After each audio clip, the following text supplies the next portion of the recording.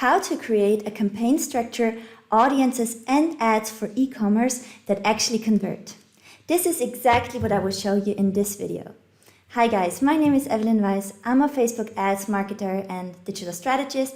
I run my own Facebook ads agency, and in today's video I will walk you through an actual client account and I will show you step by step on how to set up your campaigns, how to choose the right targeting for whatever stage in their customer journey your customers are, and I will show you also exactly what type of ads to use so that you will make your ads convert and you will be able to run them profitably. Okay, without further ado, I want to jump into the video. So let's talk about your campaign structure. So ideally you want to have a 4-level campaign structure. On level 1, you want to target cold traffic. On level 2, you want to retarget Facebook and Instagram engagers and website visitors. On level 3, you want to retarget people that have added to cart. And on level 4, you want to re-engage previous customers and make them buy again. So the first thing I want you to note is that these are 4 separate campaigns that we will set up in Ads Manager, and those all will be conversion campaigns. So if you don't know what a conversion campaign is, when you create an ad in Ads Manager, the first thing Facebook asks you is, what is your campaign objective? And here you always want to choose the conversion campaign. Except if you set up dynamic product ads, but this is something I will walk you through later. But just for now, know that these are conversion campaigns.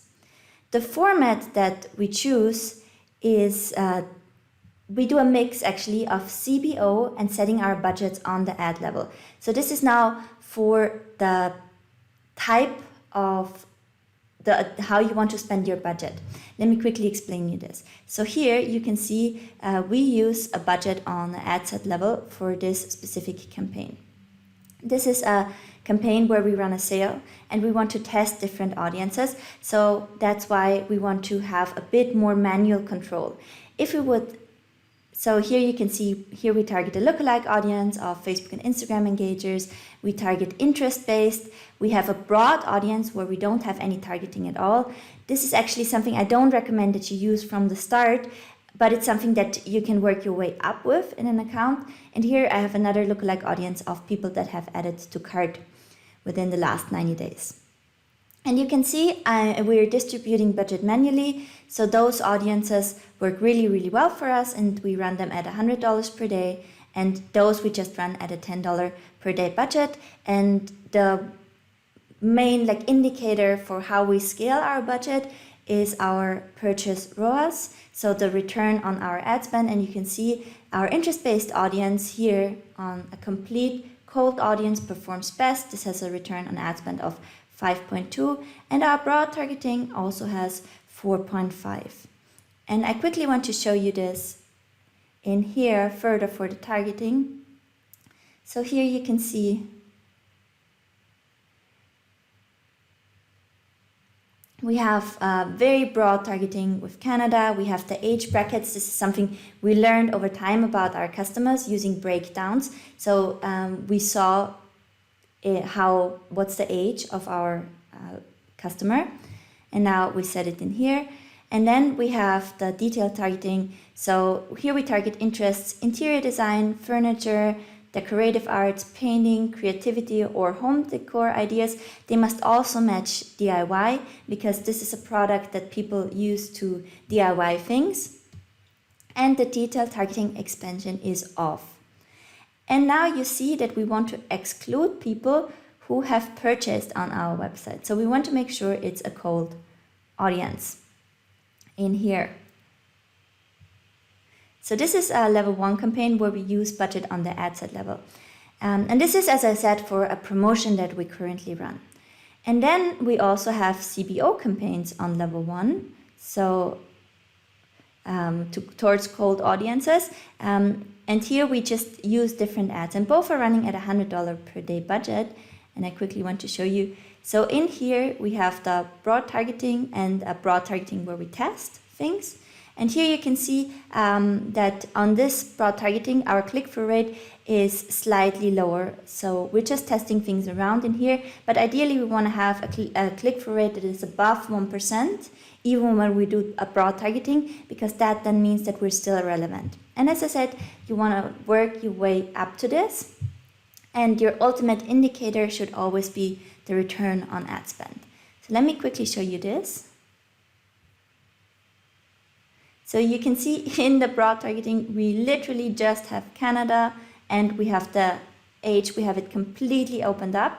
And this is something that you can do once your pixel is a lot more educated on your buyers. So if you had a lot of conversions already in the past, although you have a very broad targeting, Facebook will be able to find you the cheapest opportunities. And this is based on the data that your pixel already has. So you can see that, and this is for a product where we're very experienced with. And the campaign budget optimization means that Facebook will distribute the budget over the ad sets, and it will decide what ad set gets how much budget. So for example, in here, we spend $100 a day, and you can see over this month, in October, Facebook has spent most on the interest-based audience that I just showed you for the other campaign, and just very little on the lookalike audience. So Facebook will distribute the budget where it finds us the cheapest buyers.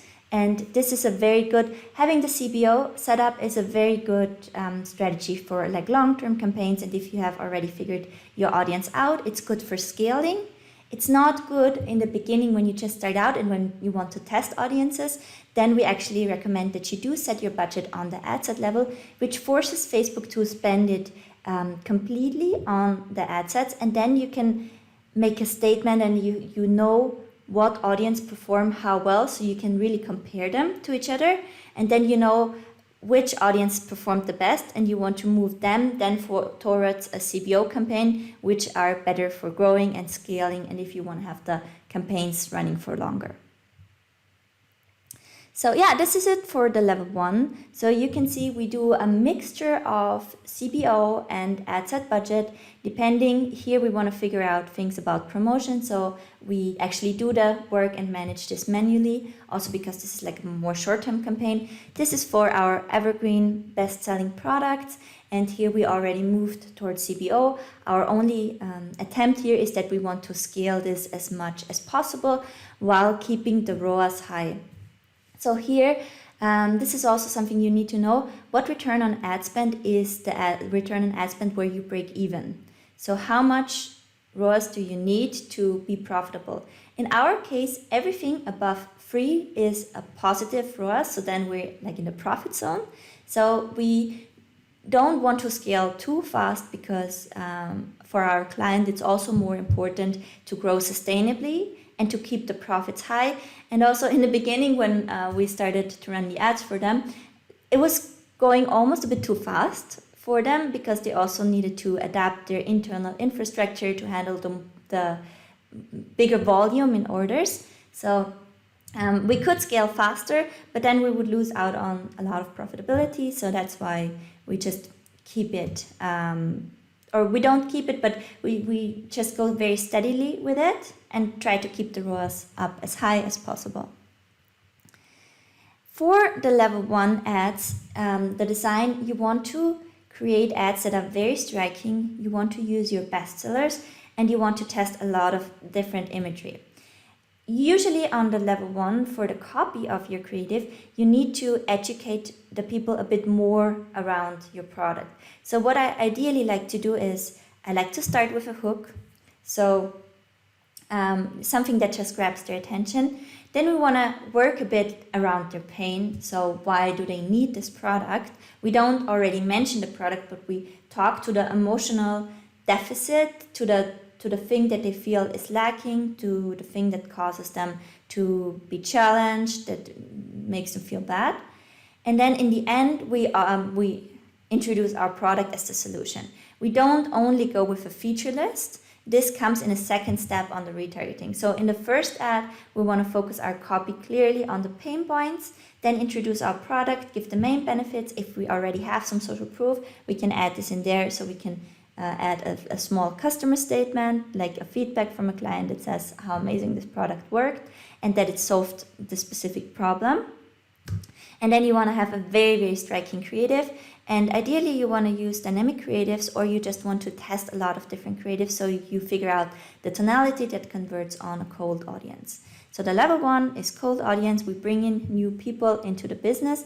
And usually you will see that the level 1 campaigns are the one with the lower ROAS. So in here we have 4.5, 4.7, 3.3, 3.2 ROAS. And these are actually pretty good ROAS for cold audiences. How you want to spend your budget also is that you want to have 70% of your budget, around 70% of your budget, top of funnel, which means just fueling in new people into your business. And the other 30% you want to spend here. So you can also see we spend a majority of the budget on those cold audiences. So if I sort it by the amount spent, you can also see that clearly on the top of funnel we're fueling in people, and here we spend the most money. Then you can see as we retarget people, ROAS goes up, and this is very, very normal. So here we retarget people, and on the retargeting ads, the creative should look slightly different, or you could just work with your best performing creative. What works really, really well here is user-generated content, so showing people that actual customers using your product. So those ads convert really, really well here for us. And what we like to do here is we like to offer them some kind of discount, free shipping. We don't do that on the cold audience. Just on the warm audience, we offer them free shipping, a discount on their first purchase. So just this little thing that makes them jump across the fence. We can cut the copy down a lot and just have a very strong, very clear call to action. And as I said, use your best performing creative from level 1, and ideally, if you can, user-generated content. Then we have the level 3 target. Oh, and here, so you can see the audiences. So here we retarget people that have engaged with us on Facebook and Instagram, and people that have visited our website. To set this up, all you have to do is go to audiences.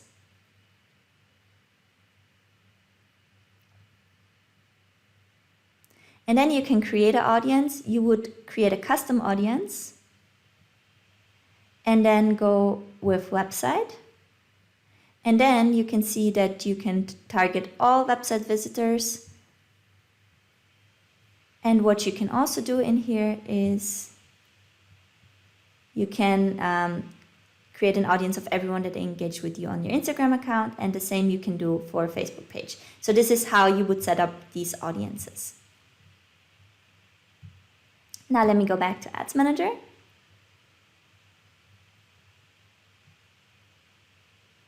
And also open up an audience for you.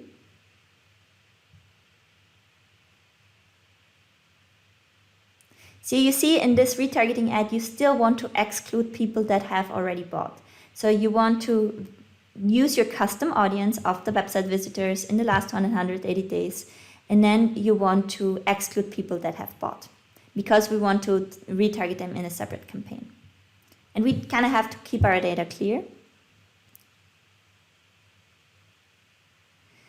Now on the third level, and I want to show you the budget we use here.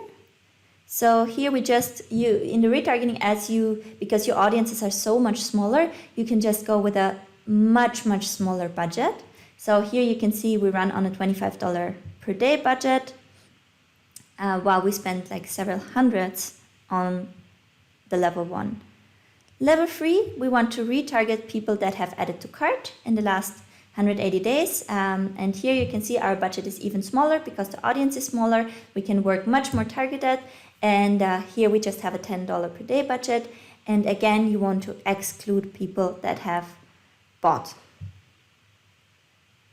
And what also works really well is if you work on level 3 and level 4, if you work with catalog sales. So if you work with dynamic product ads, make sure to set up your Facebook catalog, and then Facebook can use products for retargeting dynamically. And now on level 4,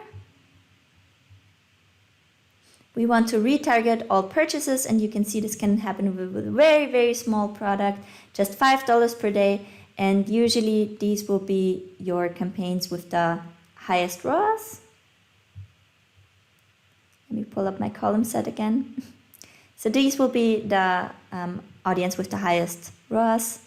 And here you can see we use also catalog sales for purchases. So here we have a 12 times return on ad spend, which you can see we spent $174 to make back $2,187 in this month, which is pretty cool, I think.